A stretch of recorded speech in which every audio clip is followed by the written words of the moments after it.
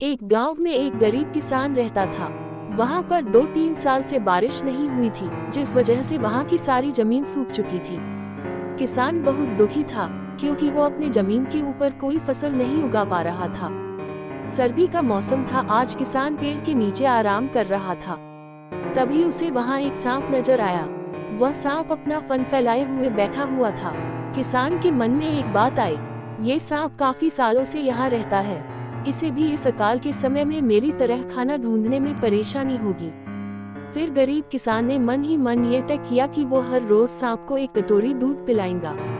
अगले ही दिन किसान एक कटोरी में दूध ले आया और सांप के बिल के पास रखकर कहने लगा, हे नागराज, आपको मेरा प्रणाम। मैंने कभी ध्यान नहीं दिया कि आप भी यही रहते हैं। सूखे की वजह से मैं तो परेशान हूँ और मुझे लगता है आपको भी परेशानी हो रही होगी, इसलिए अब से मैं रोज आपको एक कटोरी दूध पिलाया करूँगा।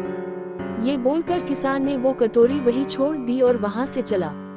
अगले दिन सुबह जब वो कटोरी लेने वापस आया तो उसने देखा कि कटोरी में कुछ चमक रहा है। किसान ने कटोरी को उठाकर देखा तो उसके अंदर एक सोने का सिक्का था।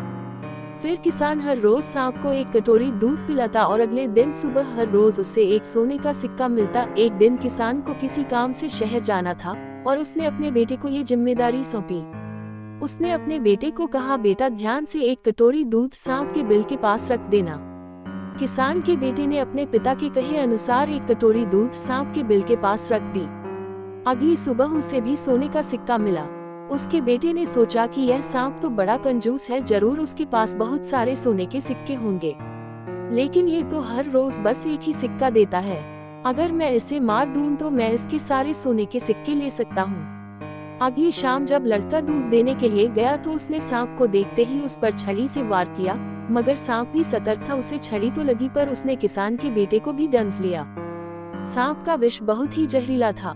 देखते ही देखते किसान के बेटे की मौत हो गई और जख्मी सांप अपने बिल में वापस चला गया।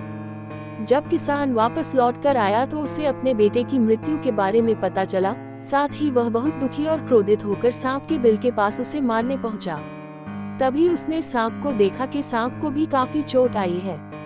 उसे देखते ही वह समझ गया कि उसके बेटे ने सांप पर हमला किया होगा। वो समझ गया कि परिस्थिति ही कुछ ऐसी हो गई होगी कि सांप ने उसके बेटे को डसा होगा। उसने हाथ जोड़कर सांप से माफी मांगी और सांप से अपने बेटे को वापस लाने के लिए कहा। थोड़ी देर बाद सांप अपने बिल में जाकर बाहर आया और उसने किसान को एक जड़ी बूटी दी।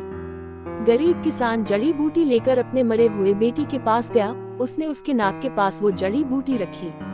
थोड़ी देर बाद उसका बेटा खांसता हुआ उठ खड़ा हुआ। जिंदा होने के बाद किसान के बेटे को उसकी गलती का एहसास हुआ। वो अपने पिता के साथ सांप के बिल के पास गया और उससे हाथ जोड़कर माफी मांगी और बोला, हे नागराज, मुझे क्षमा कर दीजिए। अब मैं किसी भी पशु, पक्षी या जानवर पर हमला नहीं करूँगा। मुझे क्षमा दान दें। सांप ने भी खुश होकर अपना सिर हिलाया और वापस अपने बिल में चला गया। इस कहानी से हमें 2 सीख मिलती है। पहली ये कि लालच करना बुरी बात, और दूसरी सीख ये है कि हमें निर्दोष जीवों पे हमला नहीं करना चाहिए। हमें उन्हें बिल्कुल भी परेशान नहीं करना चाहिए। हमें उम्मीद है आपको ये कहानी जरूर पसंद आई होगी। ऐसी ही कहानी सुनने के लिए जुड़े रहे हमसे। हम जल्द ही मिलते हैं एक और नई कहानी के साथ। तब तक के लिए धन्यवाद।